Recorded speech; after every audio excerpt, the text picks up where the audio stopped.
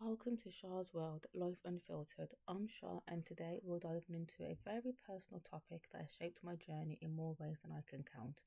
We're talking about dyslexia and dyscalculia, two learning difficulties that can make everyday tasks feel challenging even as adults.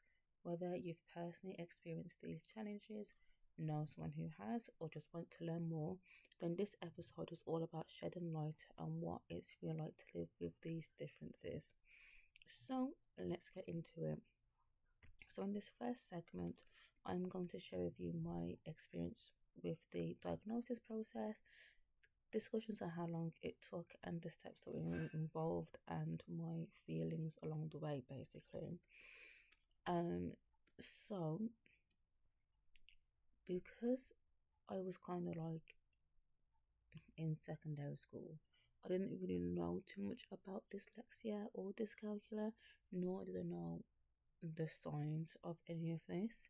Um, but some of the signs that I was told but didn't necessarily pick up on was that I was always told that my letters sometimes look like numbers, but I was completely oblivious to it all. I struggled with normal left and right.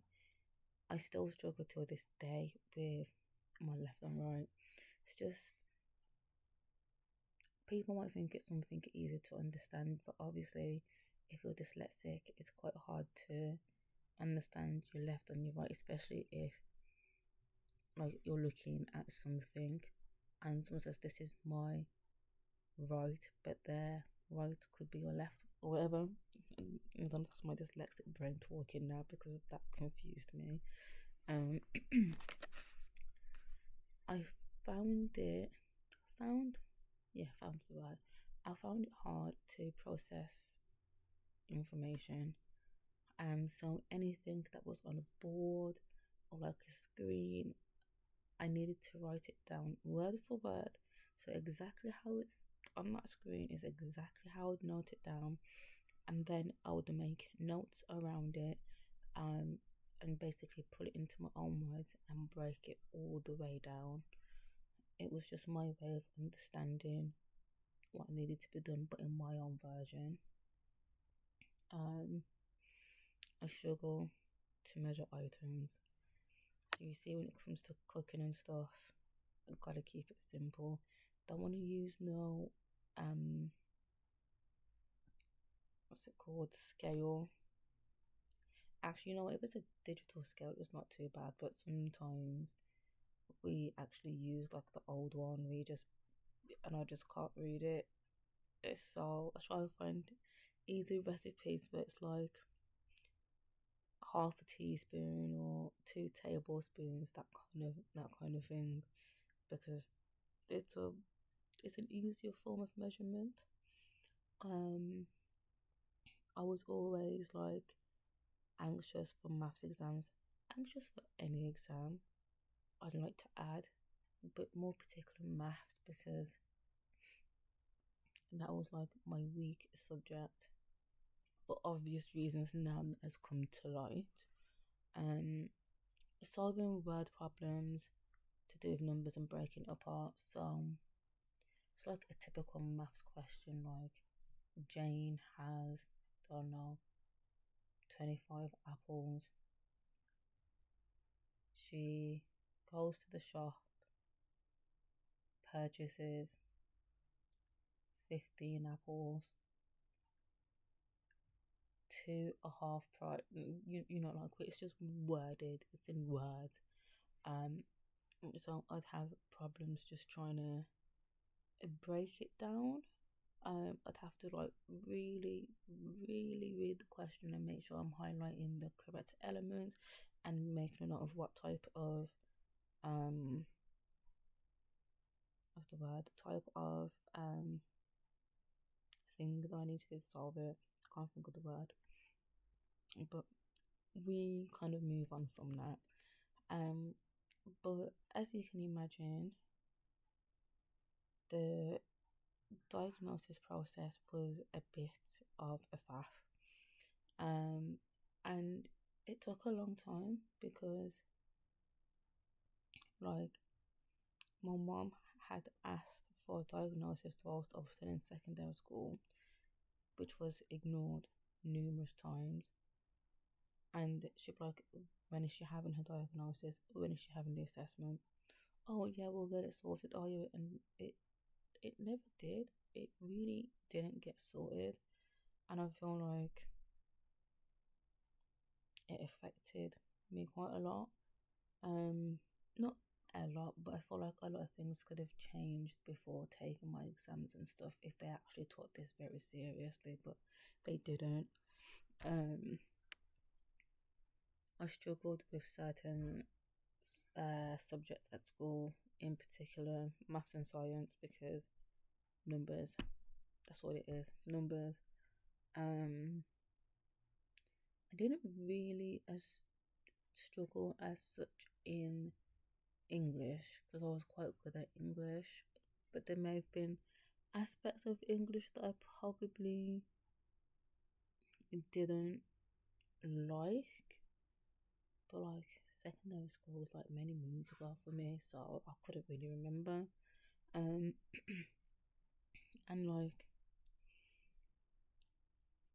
because there was such a long setback within my journey of being diagnosed, it affected. I personally feel like, just emphasize that.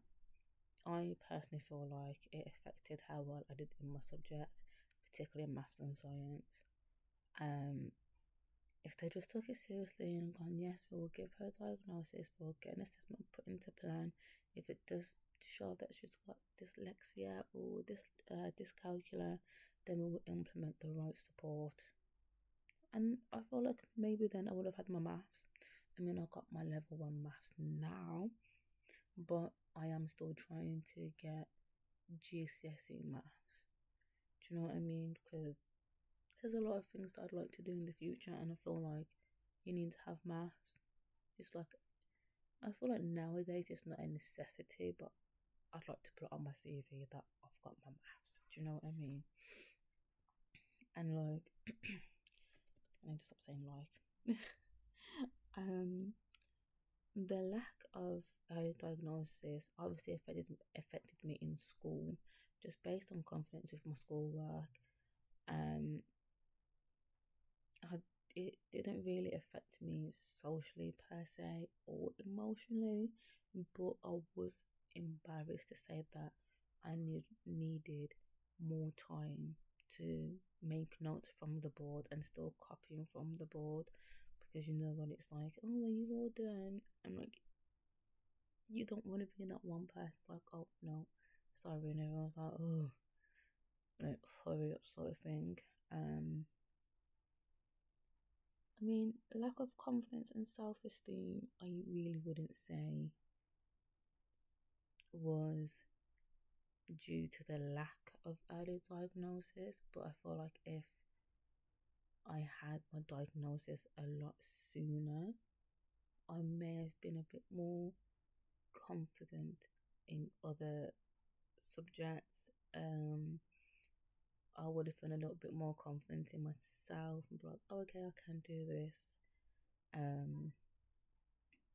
It's just all these, they all kind of contribute to each element, um, which is kind of bizarre but also pretty good.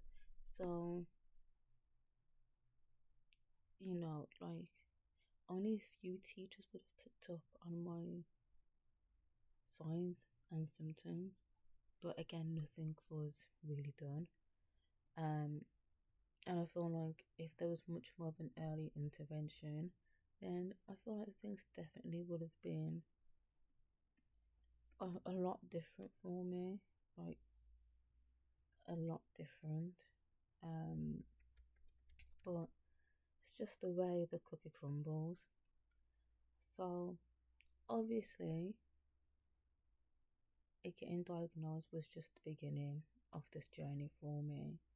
Once I had a name for what I was dealing with, I thought everything would make sense. But actually, living with this dyslexia and dyscalculia brought on a set of its own unique challenges, which is what we're now going to talk about. So, living with dyslexia and dyscalculia, a lot of things made sense. Um, and I'm going to talk about how it impacted or still impacts to this day my everyday life, which includes work and social settings. I mean, I don't really have a lot of social interactions per se, um, but it impacts it quite a bit. Um, so okay, let's get back into it. So where did I lost my trail of thought? So how my dyslexia and dyscalculia impacts my everyday life, again from work to social settings. Um, a perfect example is I was at work. I was a few months pregnant with my daughter, and I had to deal with a complaint. That complaint took about an hour. Yeah, I was on the phone with this customer for an hour. Um, won't go in between the ins and outs of that call, obviously. But she wanted me to basically rewrite out her complaint and send it off again. The customer made me aware that she was dyslexic. She was like, "Can you just bear with me because I have dyslexia?" And I was like, "You are through to the perfect person because I also have dyslexia." So it was nice, made me feel more at ease. And normally, like, if you've been on a call for a certain amount of time, a manager will like link in to see what's going on. Um, I believe my manager listened in onto the call, um, and like she was typing to me and I was typing to her. And then yeah, so then the customer, it was just going back and forth with like dyslexia and stuff. Um, and I think it was at that point, um, that it was obviously came to light to my manager that I was actually dyslexic. Um, it's kind of something that I don't really like to disclose to a lot of people because then I feel like they may think I'm incapable of doing certain things just because I'm dyslexic, but that really isn't the case. Um, and like it's just a bit of like embarrassment. But dealing with this customer, it was like the best customer I ever dealt with for complaint. It put me at ease. Um, Another thing which is bizarre is if you guys have ever watched Percy Jackson and the Lightning Thief, is it called Thief? Yeah. Percy Jackson is actually dyslexic, but he can read. I think it's the numbers or the maps in the sea. And he was like, "Oh yeah, I have dyslexia, but I can do this." That is me. I'm not Percy Jackson. Let's just obviously pull it out there, but I struggle with a normal sat nav sometimes. So like put in my location and it could say in 300 yards turn right.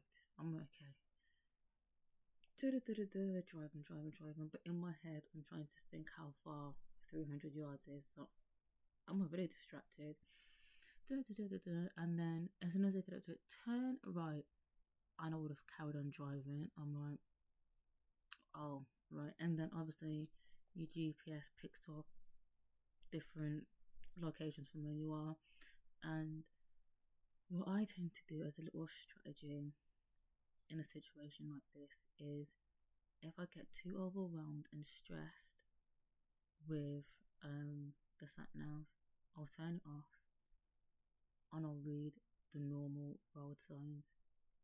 Bearing in mind, I am 27, did my driving test using a normal sat nav, but I prefer to use the road signs. And I think it's because it's more of a visual. Fair enough, in a sat nav, it is a visual type thing, but for me, I like to read the road signs because I think it's before I get there, I can see, I'm like, okay, fourth exit, 1, 2, 3, 4, that sort of thing. That's what kind of works for me. I mean, I can follow instructions to a certain degree because if it involves maths, I'm just thrown off course, and then that's when I'm like, okay, can you please explain it to me again? Or certain instructions I just really can't. I'm a visual learner. I can't have someone tell me this is what I'm going to do. I need to see it so I can sort of do it. In terms of like having a strategy, I don't really have one, but I think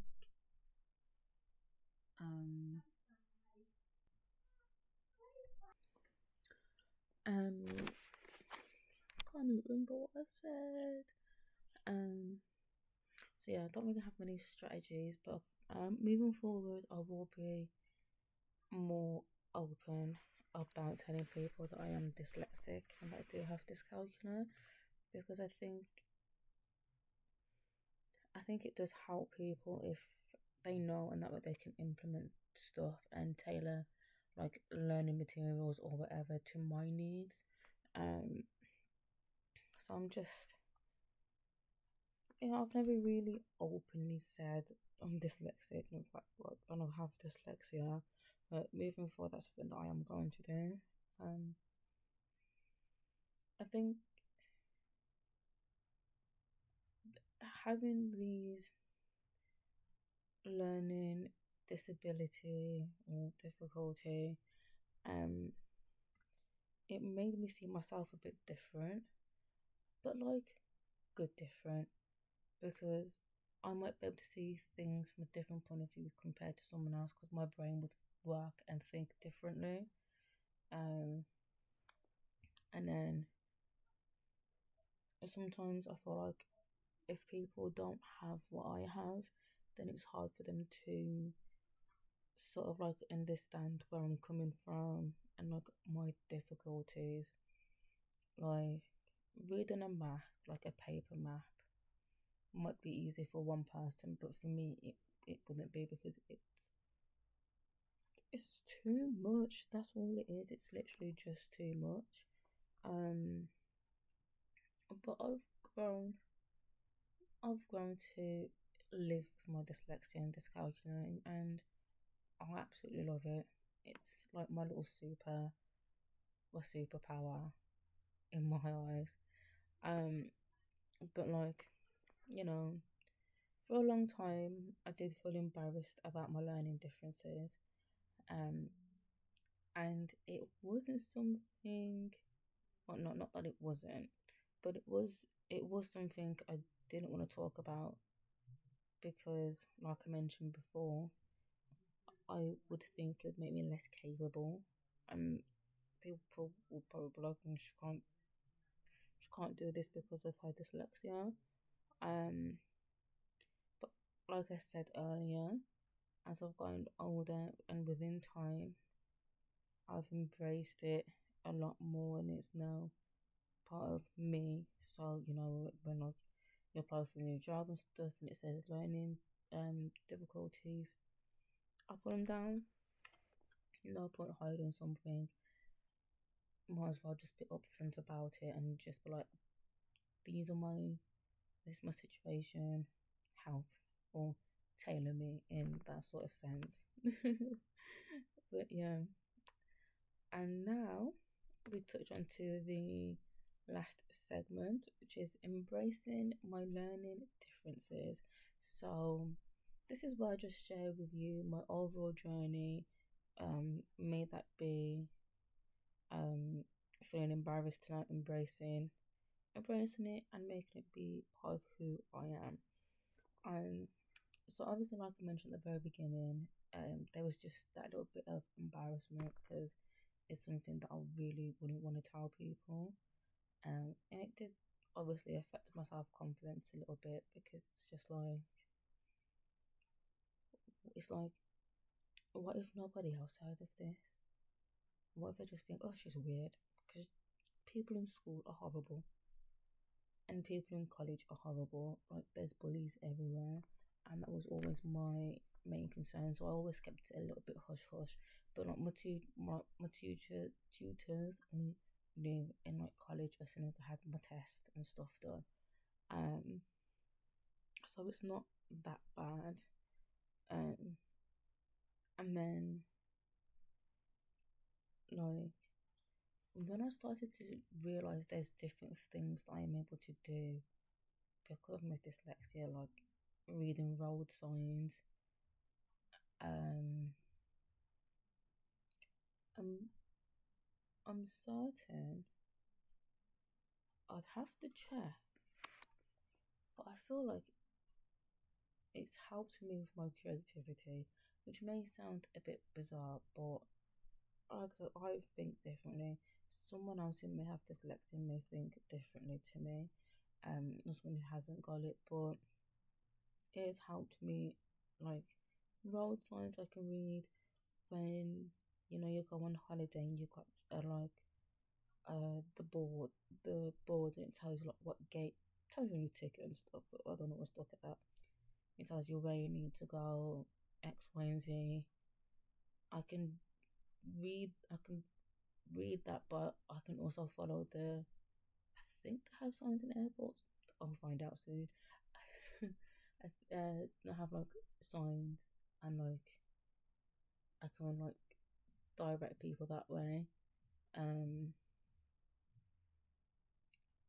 and like I just take these little moments, take all my little wins, and make them like I'm like, oh yeah, even though I'm dyslexic, I can do that, or I can read this. I just think it's really cool. And like this section was only going to be short. This is like a recap, but I have actually accepted. I think it's been about a year, 2 years, maybe that I'll maybe a little bit longer that I was like I was starting to accept my learning difficulties. But I think more so when I think it's when I spoke with that customer and we shared the same experiences, and then having it come to light to my manager, I think was a massive weight off my shoulders. And that's where I was just like, you know what? I'm actually not ashamed to discuss this with anyone. If there's any changes or I don't know, training or a new job or whatever, I feel very confident now to put down um dyslexic and dyscalculia. Um yeah, I've just learned to embrace it.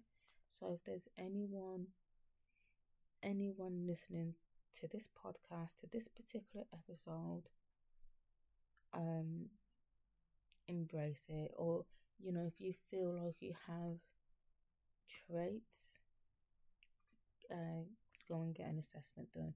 The sooner the better.